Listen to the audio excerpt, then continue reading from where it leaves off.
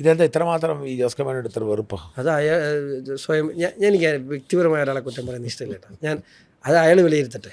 എന്താണെങ്കിലും നിലനിൽപ്പ് ഞാൻ പറഞ്ഞു, ഞാൻ പലപ്പോഴും ഞാൻ കഴിഞ്ഞ ദിവസം ഡൽഹി വെച്ച് കണ്ടപ്പോൾ ഞാൻ പറഞ്ഞു, ചേട്ടാ അവിടെ നിന്നിട്ട് കാര്യമൊന്നുമില്ല, ചേട്ടൻ ഇനി മുമ്പോട്ട് രാഷ്ട്രീയം, ഇപ്പോൾ തൽക്കാലം ഇച്ചിരൊക്കെ ക്രൈസിസ് ഒക്കെ ഉണ്ടാകും, പക്ഷേ മുമ്പോട്ട് രാഷ്ട്രീയം വേണമെങ്കിൽ ഞങ്ങളോട് പോരാൻ. അല്ല, അങ്ങനെ വന്നാലും നിങ്ങൾക്ക് ക്ഷീണമല്ലേ? ഇപ്പോൾ ജോസ് കെ മാണി ഇന്ത്യയിലേക്ക് വന്നാൽ എന്തായാലും മാന്യമായി അക്കോമഡേറ്റ് ചെയ്യേണ്ടി വരും.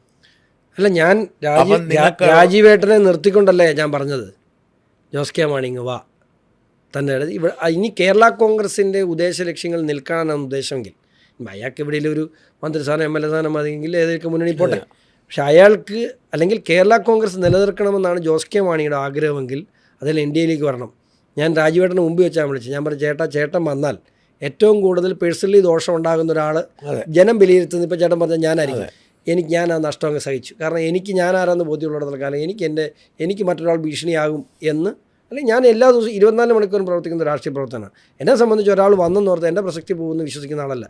ഏറ്റവും കൂടുതൽ ക്രൈസ്തവരായ ആളുകളെ ഇപ്പോൾ എത്ര ആളുകൾ നിങ്ങളെവിടെ വരുന്നു അവരെല്ലാം സ്വീകരിക്കണം, എല്ലാം മാക്സിമം ആളെ കൂട്ടണം, പരമാവധി ആളുകൾ വരണം എന്ന് ചിന്തിക്കുന്ന ഒരാളാണ് ഞാൻ. അപ്പോൾ എന്നെ സംബന്ധിച്ചിടത്തോളം അതൊരു തടസ്സമല്ല. മാത്രമല്ല ഇപ്രാവശ്യം ഞാൻ ജയിച്ചു കഴിഞ്ഞാൽ പിന്നെ അവർ വന്നാൽ എനിക്ക് എൻ്റെ സിറ്റിംഗ് സീറ്റല്ലേ, അങ്ങനെ പ്രശ്നമില്ലല്ലോ.